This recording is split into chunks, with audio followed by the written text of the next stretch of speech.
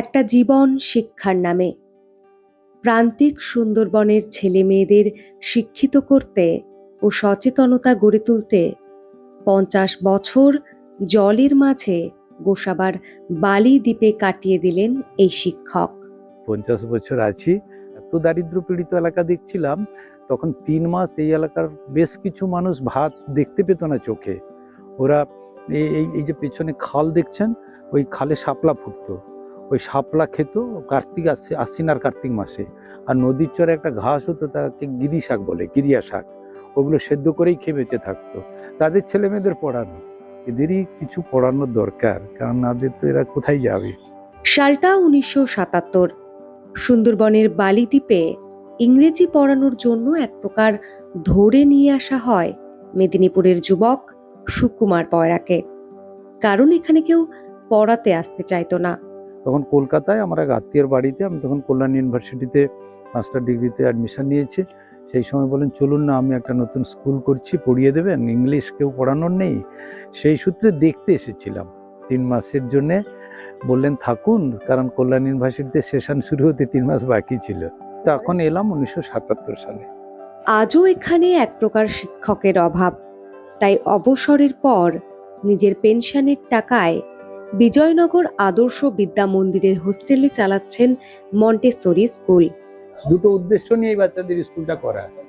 এক হচ্ছে ওদের একটু সামান্য কয়েকজন গ্রামের এত পড়াশুনো করে কি করবে, জব তো নেই, যাতে কর্মসংস্থান হয় সামান্য হলেও, সেইটা পাওয়া।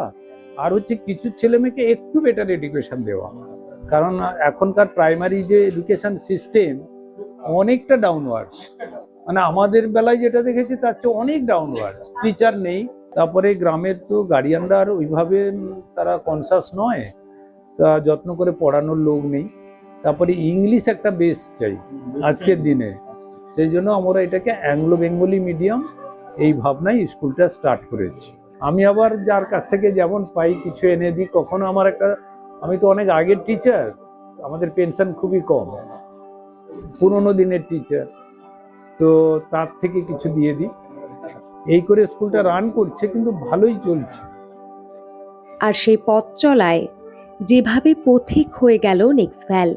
স্কুলের ছাত্রছাত্রীদের ইউনিফর্ম থেকে জুতো, স্কুল ব্যাগ হোক বা স্কুলের কাজে প্রয়োজনীয় প্রিন্টার, নানাভাবে সাহায্যের হাত বাড়িয়ে দিয়ে থাকে নেক্সভ্যাল।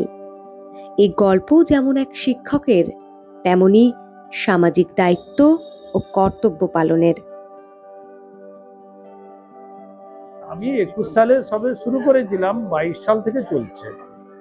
২৩ সালে নেক্সটভাল এটাকে সাপোর্ট করেন, ওই কিছু ওদের পোশাক, স্কুল ইউনিফর্ম, স্কুল ব্যাগ, ওদের যে লাগে টিএলএম, এটা নেক্সটভাল থেকেই চলছে। ওই ড্রেসগুলোই ওরা পরে আছে। সত্যজিৎবাবুকে রিকোয়েস্ট করেছিলাম আবার যদি এটা যদি সেটা এবারে হচ্ছে। তা সেই জুতোগুলো ছোট হয়ে গেছে, কিন্তু ব্যাগগুলো অনেকে রেখেছে, ব্যাগগুলো। হ্যাঁ, সেটাই। তারপরেই আমাদের যখন এখন তো কম্পিউটারের একটা অ্যাক্সেস লাগবে, তারা বলে স্যার এত পয়সা যাচ্ছে এই প্রশ্ন ছাপাতে, যদি একটা প্রিন্টার হয়। প্রত্যন্ত সুন্দরবন অঞ্চলের মেয়েদের স্বাবলম্বী করতে ও সচেতনতা গড়ে তুলতে একটি সংগঠনও শুরু করেন শিক্ষক সুকুমার পয়রা।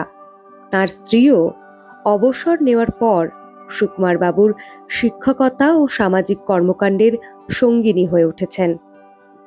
এই এলাকায় ২০০৯ সালে বন্যা হয়েছিল। সেই সময় স্কুলগুলো সমস্ত বিধ্বস্ত অবস্থা। তারপরে ছেলেমেয়েরা স্কুলে যাচ্ছিল না।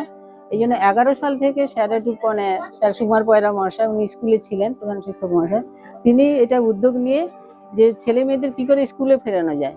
সেই জন্য প্রথমেই তিনি ওদের স্কুলের পাঠ্য বই দিয়ে ছেলে মেয়েদের স্কুলে ফেরালেন। কিন্তু দেখলো যে মেয়েরা আসছে না, ও মেয়েদের কম বয়সে বিয়ে হয়ে যাচ্ছে।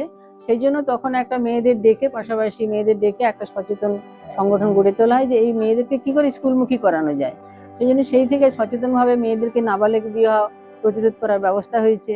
তারপরে বিভিন্ন ওয়ার্কশপ করানো হয়েছে সচেতনতা বৃদ্ধি করার জন্য। ধীরে ধীরে এই করতে করতে গার্হস্থ্য যে সমস্যাগুলো হয় সেগুলোরও আমাদের প্রতিরোধ করার ব্যবস্থা হয়েছে। শুধু শিক্ষা নয়, স্বনির্ভরতার দিকেও জোর দিয়েছে এই সংগঠন।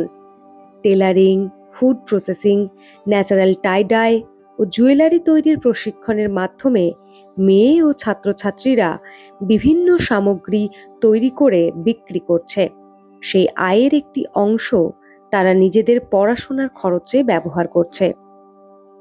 কিন্তু দেখা গেল যে শুধু সচেতন করলে তো হবে না, কিন্তু মানুষকে মানে নিজস্ব স্বনির্ভরশীল করার জন্য তখন আমরা পরবর্তী প্রজেক্টে ভাবলাম যে ওদের যদি টেলারিং প্রজেক্ট করা হয় তাহলে টেলারিং এর মাধ্যমে ওরা অনেক কিছু নিজে বাড়ি বসে কাজ করতে পারবে, যে নিজে উপার্জন করতে পারবে। সেই থেকে টেলারিং প্রজেক্ট আজকে মানে 5 বছর ধরে চলছে, পঞ্চম ব্যাচ হয়ে গেছে, এবার ষষ্ঠ ব্যাচ হবে। তারপর টেলারিং এর মেয়েরা এখানে ব্যাগের কাজ করে, মানে ছায়া, ব্লাউজ, মানে এভরিথিং জিনিসপত্র ওরা তৈরি করে। এরা সবই মেয়েদের করা সব। মানে এখানে স্টুডেন্টরাও থাকে, ছাত্রী ছাত্র ওরাও কাজ করে, দিয়ে তাদের পড়াশোনার কাজে ওরা সেই পয়সাগুলো কাজে লাগায়। তারপরে এখানে আমাদের ফুড প্রসেসিং ট্রেনিং দেওয়া হয়েছে গোসবা রূপায়ণ থেকে, রামকৃষ্ণেন্দ্রপুর রামকৃষ্ণ মিশনের সহযোগিতায়। সেই ফুড প্রসেসিং ট্রেনিং এ আমাদের বিভিন্ন প্রজেক্টের কাজ চলছে, ডাল, আচার, মধু, ওখানে ইয়ে আছে, মশলা আছে, এই সমস্ত কাজগুলো চলছে। তো মেয়েরাই কাজ করছে। মানে এইভাবে ওরা সবাই নিজেরা স্বনির্ভরশীল হচ্ছে, আর ছাত্রীরাও মানে তারাও কাজ করছে, হেল্প করছে। মাটির গুলো সমস্ত এই সংগঠন থেকে করেছে। আর এইগুলো হচ্ছে ন্যাচারাল টাই-ডাই উপর বাটিকের কাজও আছে এখানটায়, এই যে বাটিকের কাজ আছে, এগুলো সবই স্টুডেন্ট ছাত্রী ছাত্রীদের ওরাই বানিয়েছে। এটা আমাদের ওরা এই সংগঠনের মাধ্যমে দিয়ে ওরা এই সমস্ত বানাচ্ছে। এটা রুমাল আছে, রুমাল আছে এখানে, যে বাটিকের পাঞ্জাবি আছে, জামার পিস আছে, ন্যাচারাল টাই-ডাই আছে। এগুলো গাছের ছাল দিয়ে হচ্ছে, অর্জুন গাছের ছাল, তারপর নিম গাছের ছাল, পেঁয়াজের খোসা, বাবলা গাছের ছাল, গাঁদা ফুল, এইগুলো দিয়ে এই ন্যাচারাল টাই-ডাই কাজগুলো হচ্ছে। ওরা ছাত্রছাত্রীরা করছে, দিয়ে এগুলো বিক্রি হলে তারা সেই মানে পারিশ্রমিকগুলো ওরা নিয়ে ওদের পড়াশোনার কাজে লাগাচ্ছে। এছাড়া ওরা করেছে দেখুন এখানে জুয়েলারি ট্রেনিং দেওয়া হয়েছে, ওরাও ছাত্রীরাই করেছে। তারা এই সমস্ত এগুলো বানিয়েছে, বানিয়ে মাঝে একটা ওই মৃত্তিকা যাদবপুর ত্রিগুণা সেন স্টলে ওরা স্টল দিয়ে এসছে ওদের সহযোগিতায়। আবার বিডি মেমোরিয়াল স্টলে ওনারা এটা দেখে বলেছেন আমাদের ওখানটা এক্সিবিশন দিন।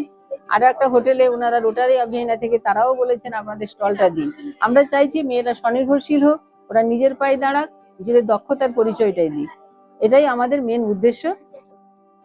আজ যখন শিক্ষক সংকট, পরিকাঠামোর অভাব এবং শিক্ষার বৈষম্য নিয়ে নানা আলোচনা হয়, তখন সুন্দরবনের প্রত্যন্ত দ্বীপে দাঁড়িয়ে সুকুমার পয়রার জীবন যেন অন্য এক শিক্ষা দেয়।